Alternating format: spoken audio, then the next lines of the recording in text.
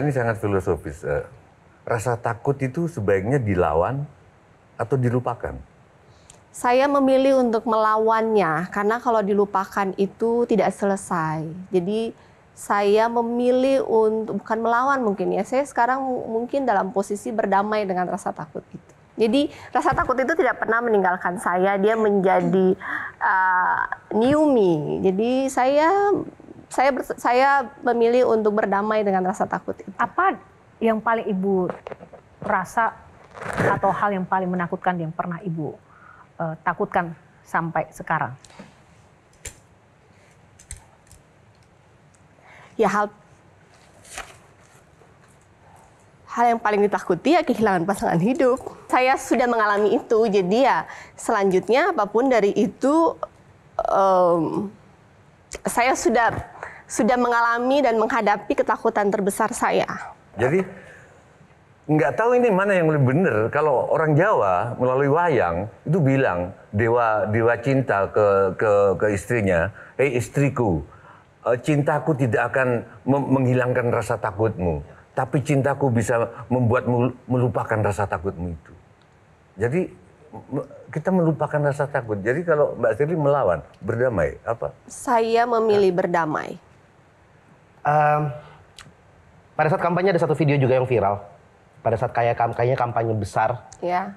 Ibu bersama anak, terus ada yang nyanyi, "Beta janji, beta jaga." Iya. Apa yang Ibu janji dan Ibu jaga pada akhirnya? Karena ada momen Ibu melihat ke atas, kayak mengirimkan pesan pada mendiang suami. Apa yang pengen Ibu sampaikan? Dan mungkin apakah ada hubungannya dengan legacy yang Ibu lanjutkan buat masyarakat Maluku Utara? Buat orang yang pernah kenal Benny Laos itu, dia itu seseorang dengan integritas dan omongan dia itu selalu dia lakukan. Dalam mendampingi dia berkampanye, janji-janji politik itu ada 9 janji. Dan ketika tiba-tiba melihat seorang Benny Laos pergi begitu saja di tengah-tengah perjuangan, saya menolak untuk kalah. Saya menolak untuk selesai seperti itu saja. Sehingga itu salah satu alasan dan tentu dengan dorongan dari anak-anak, saya setuju untuk melanjutkan perjuangannya. Hanya untuk menyelesaikan janjinya bahwa kita bisa. Dan anak-anak saya merasa selalu bahwa Maluku Utara itu kesayangan almarhum suami saya. Beliau lahir dan tidak punya apa-apa. Dari zero sampai menjadi sesuatu, putra daerah yang sangat bangga dengan daerahnya. Dan motivasinya kan hanya mensejahterakan Maluku Utara. Jadi anak-anak pada saat kampanye bersatu, kita saling menguatkan hanya untuk melanjutkan janjinya. Dan ketika kampanye dan kan saya ada 9 janji ya, setiap janji itu selesai, saya ngomong ke diri saya sendiri, ya berkomunikasi dengan beliau kayak, saya menyelesaikan janjinya satu persatu. Enggak, aku masih tertarik dari waktu ngomong soal ketakutan langsung sontak gemetar. Apa yang paling membuat Shirley takut? Sebenarnya ketika kejadian itu almarhum suami saya itu saya diantar ke puskesmas, almarhum suami diantar di rumah sakit. Kemudian tidak ada yang mau kasih tahu ke saya kondisi suami karena ketika saya dibawa dari lokasi itu suami belum ditemukan. Akhirnya dari puskesmas saya minta diantar ke rumah sakit. Sampai di rumah sakit almarhum masih bernapas tapi dalam keadaan tidak sadar.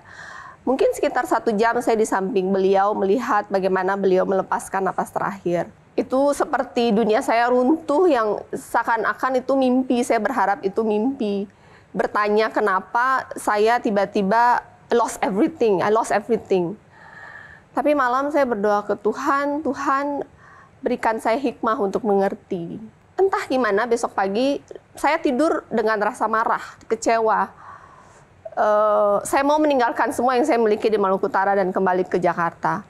Tapi besok paginya saya bangun lebih tenang. Terus ketika kita diantar dari rumah pakai ambulans, naik helikopter, di helikopter saya melihat suamiku dengan terpal di helikopter. Saya pun tidur karena ini saya kelepas, jadi saya nggak bisa berdiri. Kemudian saya menyadari dalam perjalanan 1 jam ke Luwuk, seperti yang tadi Mbak Yohana katakan, almarhum adalah kepala daerah dengan kekayaan terbesar. Itu punya almarhum, bukan punya saya yang diwariskan. Tapi kemudian hari ini almarhum hanya dengan terpal, Saya bahkan semua dari badan saya ini bukan milik saya. Kita bisa duduk di helikopter itu dibantu sama orang lain. Jadi apa yang kita miliki di dunia ini tuh semua akan hilang begitu saja. Tidak peduli betapa kaya, betapa hebat, pada akhirnya kita tidak memiliki apapun. Dan kemudian menyadari bahwa hidup ini bahkan bukan milik kita sejak awal.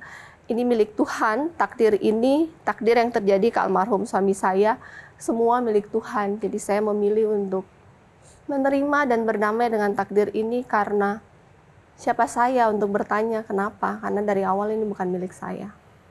Sebelum kita lanjutkan, saya ingin menampilkan sebuah video yang mungkin sedikit mengingatkan kita kepada sosok Pak Benny Laus ya.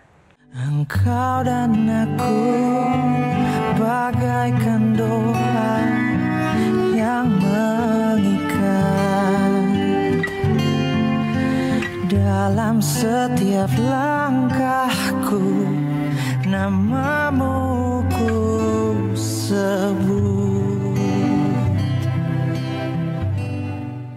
Menyentuh hati ya Bu, betapa mungkin cinta itu mengalahkan segalanya. Mungkin tadi Ibu menyampaikan saya ingin melanjutkan janji-janji suami, tapi di satu sisi hal yang lain ada sebuah pembelajaran tentang cinta kasih yang menguatkan Ibu sebagai seorang wanita yang harus kehilangan pasangan hidup, menghadapi tantangan kehidupan politik yang juga tidak mudah begitu. Apa sih hal konkret yang dipegang dari pesan almarhum kepada Ibu yang membuat Ibu tuh benar-benar bisa menjadi pribadi yang tough, karena pasangan hidup itu adalah sebuah energi tersendiri bagi seseorang begitu. Kita daerah yang kaya tetapi masih, mohon maaf, pelayanan dasar. Bukti kejadian yang terjadi di almarhum, saya tidak menyalahkan siapapun. Tapi beliau itu masih napas sekian jam dari kejadian hanya karena tidak punya fasilitas kesehatan yang baik sehingga akhirnya nyawa harus hilang begitu saja. Bahwa itu adalah takdir, ya saya menerima itu takdir. Tapi kemudian waktu itu ada rasa marah. Bagaimana kabupaten 10 tahun fasilitas, tidak punya oksigen, tidak punya alat picu jantung. Kalau seandainya rumah sakit ini pelayanan, fasilitas kesehatannya baik, mungkin ini bisa dihindarkan. Dan yang seperti saya ini banyak kejadian setiap hari. Sebelumnya ada yang melahirkan, meninggal, jatuh dari motor, operasi, tidak bersih, tidak steril, infeksi, meninggal. Ada staf saya juga luka, dia harus dijahit tanpa obat bius. Negara harus hadir. Ibu merasa negara selama ini tidak hadir? Negara berusaha untuk hadir, tapi masalahnya di mana? Faktanya adalah di kepulauan, di beberapa daerah seperti kita yang mungkin daerah 3T, sesederhana kesehatan sudah gratis. Gratis kan kesehatan itu gampang, 100 hari saya bayar kesehatan gratis. Tetapi peningkatan pelayanan, pemenuhan fasilitas itu butuh waktu dan butuh komitmen dari orang yang peduli, yang punya otoritas untuk memastikan bahwa pelayanan kesehatan yang berkualitas itu memang ada turun sampai di daerah, bahwa mereka yang di daerah itu mendapatkan akses pelayanan kesehatan yang sama dengan mereka di kota. Tapi saya bersyukur dengan Pak Presiden, Pak Menteri Kesehatan yang sekarang sangat berkomitmen untuk menghadirkan itu. Jadi di Taliabu, di Bobong itu, setelah saya dilantik berapa bulan, ada langsung peletakan batu pertama rumah sakit tipe C, lengkap dengan semua fasilitas dan sekarang sedang dibangun, mudah-mudahan tahun depan sudah jadi. Mungkin Indonesia itu besar, kadang mungkin dengan kita bersuara terdengar, Ustadz bisa membantu. Kayaknya sih Mbak, kalau dengan konsep emak-emak, ketakutan Mbak tadi tuh bisa kepatahkan karena cuma emak-emak yang bisa ngerti mau belok kanan sen ke kiri. Jelajahi cara baru mendapatkan informasi. Download Metro TV Extend sekarang.